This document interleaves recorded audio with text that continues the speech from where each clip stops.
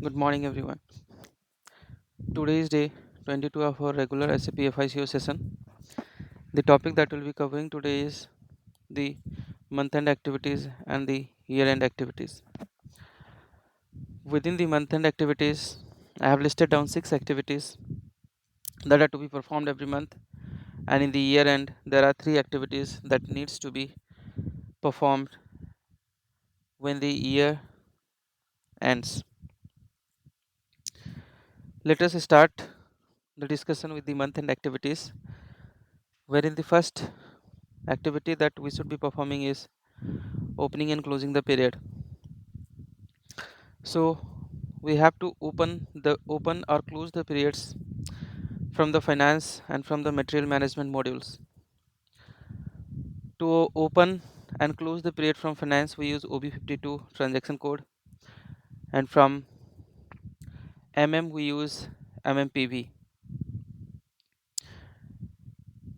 In a practical world, the current period remains open and all other periods in the future or prior periods remain closed. Period in SAP means the month. Next is the foreign currency revaluation, that is the forex revaluation. The transaction code to execute the forex revaluation is FAGL underscore FCV. As we already know, the translation into the company code currency or the group currency or any other parallel currency happens based on the date on which the transaction is booked. But there is always a requirement to restate the balances as at period close exchange rate.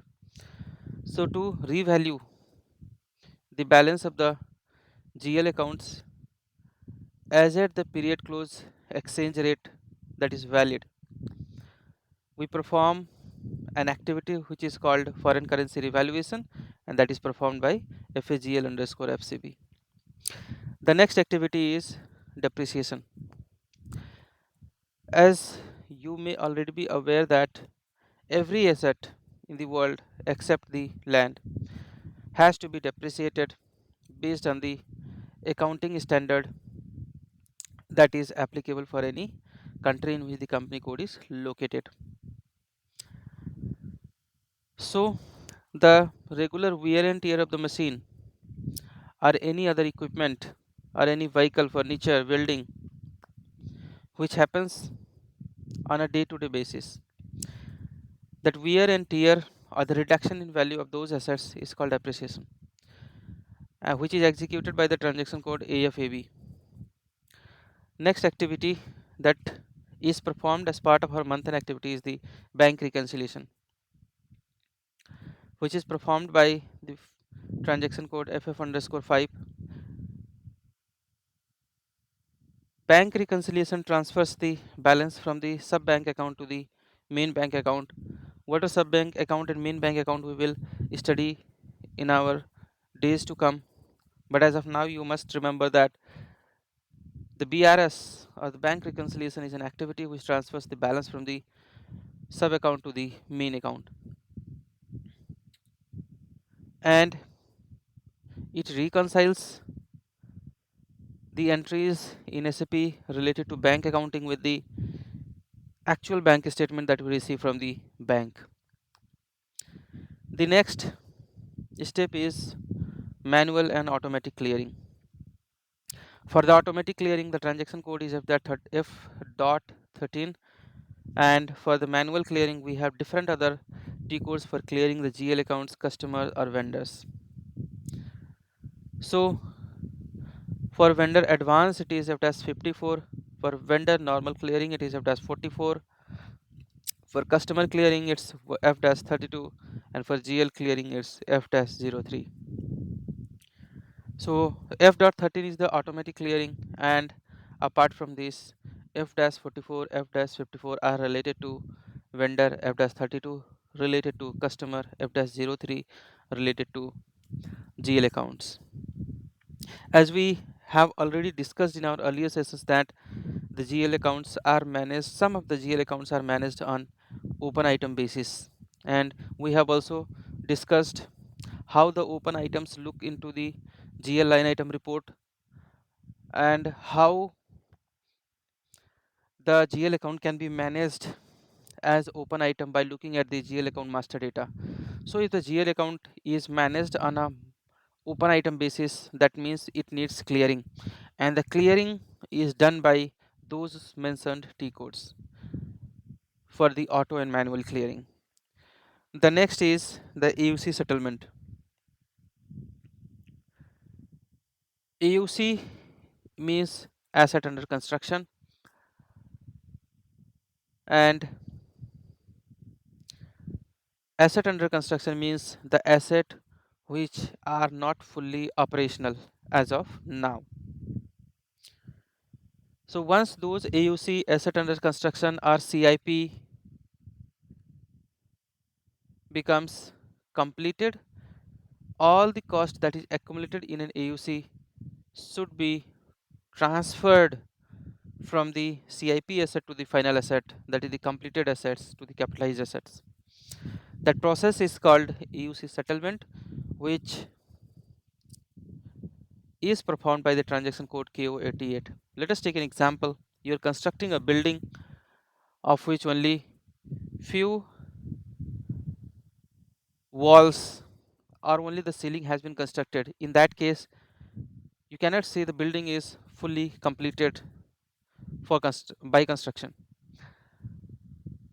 In those situations, until the building is fully completed, the cost related to the building construction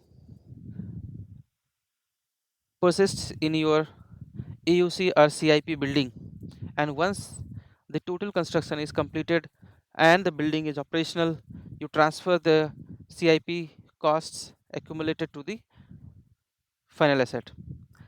This process is called the AUC settlement. So by now we have discussed all the 6 activities that we perform at a period or month end in any company.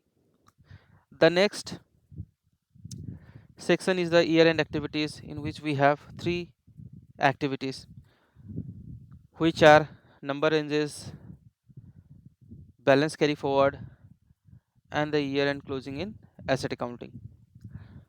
Let us first discuss about the number ranges. As you are already aware that for any journal entry that is posted in SAP carries a particular number which is called document number. This document number is derived based on the document type that is used to book the transaction. We'll understand what is a document type in our days to come, but as of now, you should remember that number ranges are derived from the document type that is used to book the journal entries. So by the year end, we must create the number ranges for the new year, and there is the option to copy the number range from one year to another for a particular company code or all the company codes with the transaction code OBH2.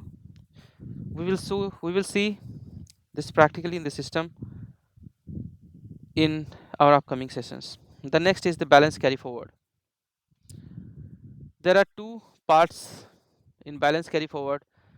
First is the carry forward of the customer and vendors. Second is the carry forward of the assets and GLs. The customer and vendors balances are carried forward to the next year by F.07 transaction code, and for the assets and GL we use FSGL GVTR. The next activity is asset close in year close in asset accounting. There are different T codes to close the assets accounting at the end of the year. Those are AJAB, OAAQ, and FAA underscore CMP. The OAAQ and FAA underscore CMP takes you to the same screen wherein you can close the year for single company codes at a time, wherein AJAB allows you to close a particular year for multiple company codes at a time. So these are the 3 major year end activities which are required once you reach towards the year end. So we have studied 6 month end activities and 3 year end activities by now, which I hope is pretty much clear to you. With this, I'm closing for the day. We'll meet again tomorrow. Thank you.